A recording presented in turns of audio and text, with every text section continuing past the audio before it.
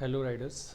बहुत समय से मैं सोच रहा था कि एक ब्लॉग बनाऊं हेलमेट के बारे में। अक्सर हम बाइक तो ले लेते हैं, लेकिन उसके बाद में हेलमेट लेने से पहले हमें बहुत सारी चीज़ों को सोचना पड़ता है कि कौन सी चीज़ उस हेलमेट में होनी चाहिए या नहीं होनी चाहिए। ये बेसिकली 7 और 8 पॉइंट्स का एक कॉम्बिनेशन है, जिसको ध्यान में रख के जब आप हेलमेट लेते हैं तो एक लंबे समय तक आपको हेलमेट को बदलने की ज़रूरत नहीं पड़ती। और वो हेलमेट चाहे आप ठंडी जगह पे जाएं या आप गर्म जगह पे जाएं या एक नॉर्मल राइड के लिए जाएं, वो हेलमेट आपको बार बार बदलना नहीं पड़ता।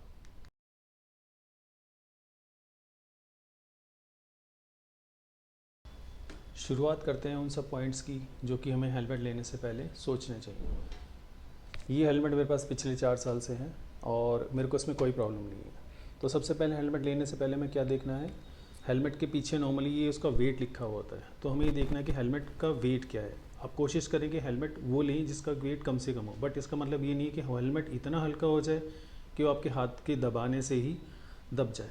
तो नॉर्मली एक आइडियल जो वेट होता है हेलमेट का, वो 1.5 kg से लेके 2 kg के बीच में होना चाहिए, क्योंकि एक लंबी राइड के बाद अगर हेलमेट आपका ज़्यादा भारी होगा तो सर के ऊपर आपको पेन होना शुरू हो जाता है। तो कोशिश करें हेलमेट हल्का होना चाहिए। दूसरी चीज़ इसमें दी हुई है सर्टिफिकेशंस। एक तो इसमें ISI का सर्टिफिकेशन है, दूसरा इसमें EC का सर्टिफिकेशन है। एक यूरोपियन स्टैंडर्ड है जो कि सेफ्टी के लिए जाना जाता है।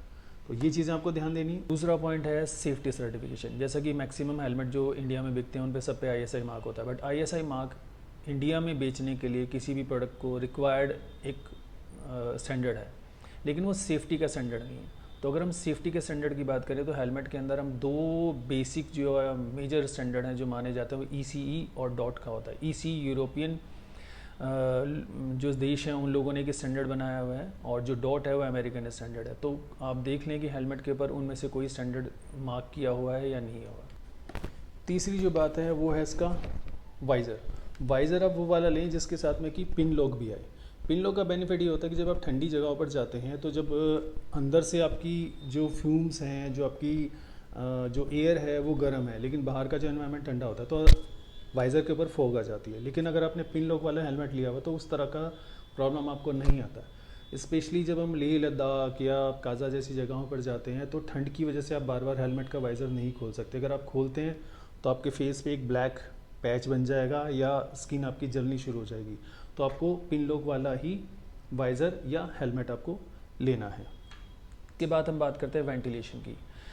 कोई भी लॉन्ग राइड हो, वो चाहे गर्म जगह की हो या ठंडी जगह की हो, हमारे हेलमेट में वेंटिलेशन होने ज़रूरी हैं। तो कोशिश करें कि उसमें वेंटिलेशन एक फ्रंट में हो, टॉप में हो, और अगर बैक में हो तो बहुत अच्छी बात है। इससे क्या होता है कि आपका हेलमेट के अंदर का जो एयर सर्कुलेशन है वो बना रहता है और आपको स्वेटिंग नहीं आती है।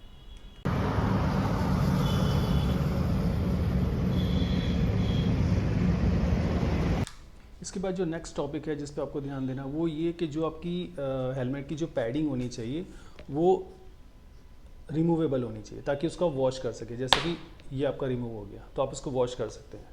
सिमिलरली आपके जो साइड के जो पैड्स हैं वो भी आपको इस टाइप के होने चाहिए कि जिसमें कि आप उसको रिमूव कर सकें। रिमूव करने का बेनिफिट ये होगा, जैसे ये वाला पार्ट भी इसका रिमूव हो पा रहा है। आप अगर ये वाला पार्ट, ठीक है, इसका बेनिफिट ये होगा कि जैसे आपको अपना कोई वाईफाई लगाना है या इंटरकॉम लगाना है तो ये वाले पैड्स जो हैं इजीली रिमूव होके आपकी जो वायर है इसके अंदर छिप जाती है।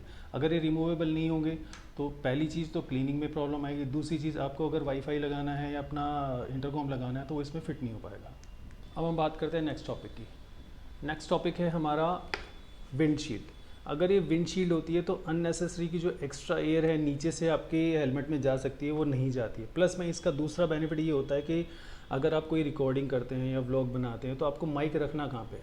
अगर आपने माइक वाइज़र खोल के लगा दिया तो उसमें इतना सारा नॉइज़ आ जाएगा कि आप क्या बोल रहे हैं पता ही नहीं चलेगा। तो अगर ये वाला पार्ट उसमें है तो इसमें आप अपने माइक को रेस्ट करा सकते हैं या माइक को इसमें होल्ड कर सकते हैं।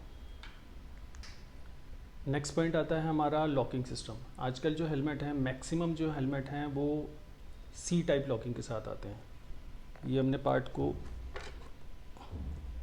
खींचा और ये निकल गया, दिस इज C टाइप, ठीक है। इसके अलावा हेलमेट की जो लॉकिंग सिस्टम है वो D टाइप की भी आती है। D टाइप की जो लॉकिंग सिस्टम होते हैं वो ज़्यादा सेफ और सेफ्टी वाले होते हैं। तो अगर कोई आपको हेलमेट ऐसा मिल रहा है जिसमें डी टाइप की लॉकिंग है तो आप प्रेफर करेंगे डी टाइप लॉकिंग को लें। सी टाइप लॉकिंग वाले हेलमेट की प्रॉब्लम ये होती है कि कई बार एक्सीडेंट या भगवान न अगर ऐसी चीज़ हो जाए तो ये हेलमेट खुल के छिटक के आपकी सर से बाहर निकल सकते हैं। लेकिन डी टाइप की जो लॉकिंग सिस्टम होता है वो हेलमेट कभी भी आपके सर से छिटक के बाहर नहीं गिरता है। इसके बाद हम बात करते हैं आपके हेलमेट के शेल की जो बॉडी है वो 3 टाइप से आती है। एक प्लास्टिक आती है, एक फाइबर आती है और एक जो लेटेस्ट टेक्नोलॉजी है वो है कार्बन। तो प्लास्टिक सस्ता होता है, फाइबर वाले हेलमेट थोड़े महंगे होंगे और जो कार्बन वाले जो हेलमेट हैं वो और ज़्यादा महंगे होते हैं।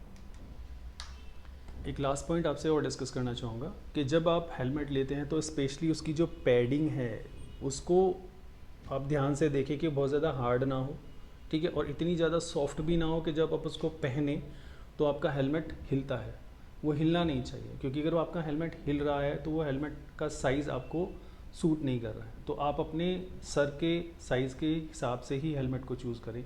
लार्ज हो सकता है, स्मॉल हो सकता है, एक्स्ट्रा लार्ज हो सकता है। तो